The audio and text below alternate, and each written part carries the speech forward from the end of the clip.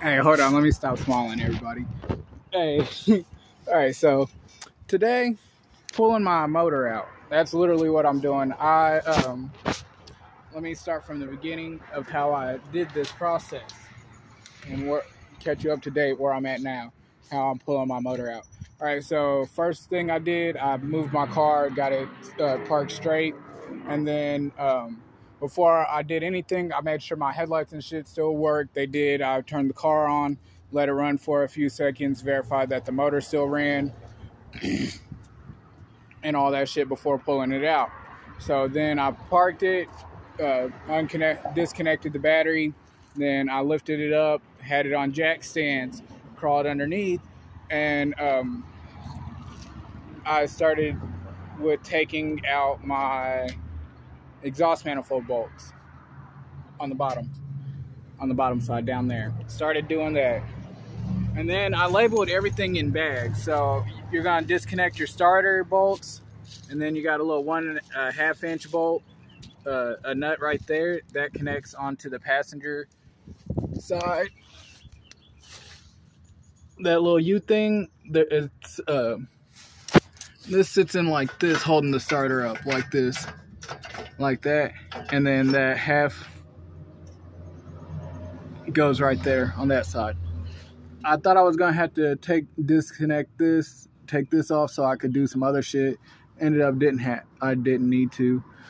This is the dirt pile of like the debris and shit that's piled up on my top of my motor. All right, so back to the story. So I took the starter bolts off. It's good. You start off with bags and labeling. Starter bolts, 14 millimeter.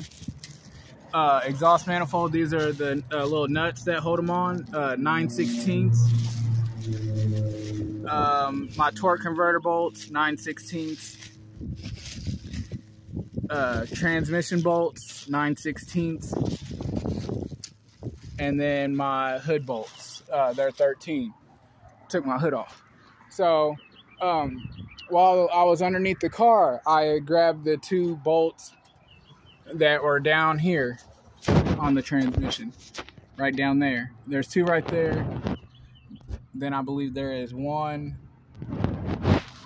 right here. You can't really see it, but so I did that. Then once I had my hood off, I climbed in and 9/16 and got the two bolts that sit on top of the motor right here, where this little arch well is.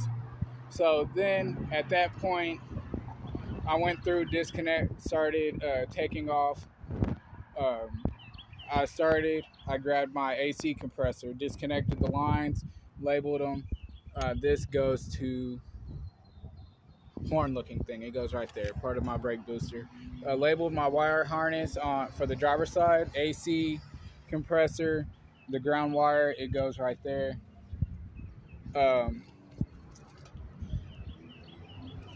The driver's side, I think this is my heat temperature sensor. It's right there. I don't know what sensor that is, so I just labeled it temp sensor, driver's side, behind power steering pump. Power steering pump right behind it, so I know where that goes. And then, so once I had all that disconnected, the wire harness slid through right there. So when I put it back together, I'm gonna be sure to slide my wire harness right through here, hook it back up how everything was. There's a ground wire right there. My screen's all fucked up, so bear with me right here. And that's connected right here, right behind where this little piece is. There's a bolt right there, and I believe that's a 9/16 also. Can't tell, but I'm gonna get that out. And then I started labeling my vacuum lines on the passenger side, and then I also disconnected my wire harness also. Like this line, it actually doesn't sit right here. I just moved it. Goes right there. And then underneath this comes forward, and it goes right there. This connects to this harness right here. This hose goes right here. This hose goes to the water pump right there, and that's where I'm at. So I was just bringing you up to date on what I'm doing. Next, I'm going to disconnect my fuel pump, take my fuel pump off, and then remove my power steering hoses. Then I'm gonna disconnect my exhaust manifold on both sides, and then I'll be able to access the motor mounts. So then at that point, when I'm able to access the motor mounts, I'm gonna go ahead and hook my cherry picker, my engine puller up, and attach my chains right here.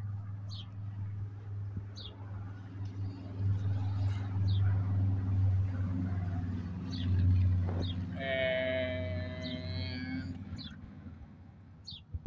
right here.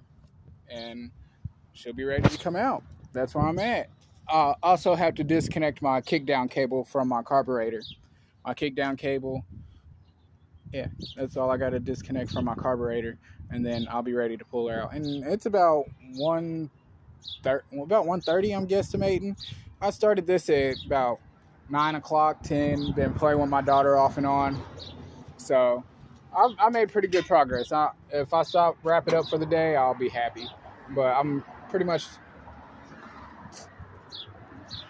standing on getting the motor out today and dropping it off at the shop so I can start rebuilding it and go from there. So once I get it out and dropped off at the shop, next thing I'm gonna do, since I don't have my metal piece I need, I was thinking about fabricating that piece because it's rusted right here, rusted right there,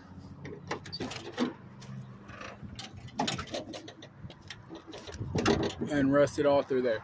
I was at the salvage yard all day Saturday. I didn't end up getting the piece, but I ended up cutting it and making pretty good progress. So I'll be going back out there. Next time I go out there, though, I'm taking a battery inverter so I can use my grinder and my power tools instead of using battery tools, because that shit sucked. You know, it's making me mad. I'm actually going to use a blowtorch and just cut that shit out. But I'm finna cut you guys off, get back to it. My next video will probably be having the motor out.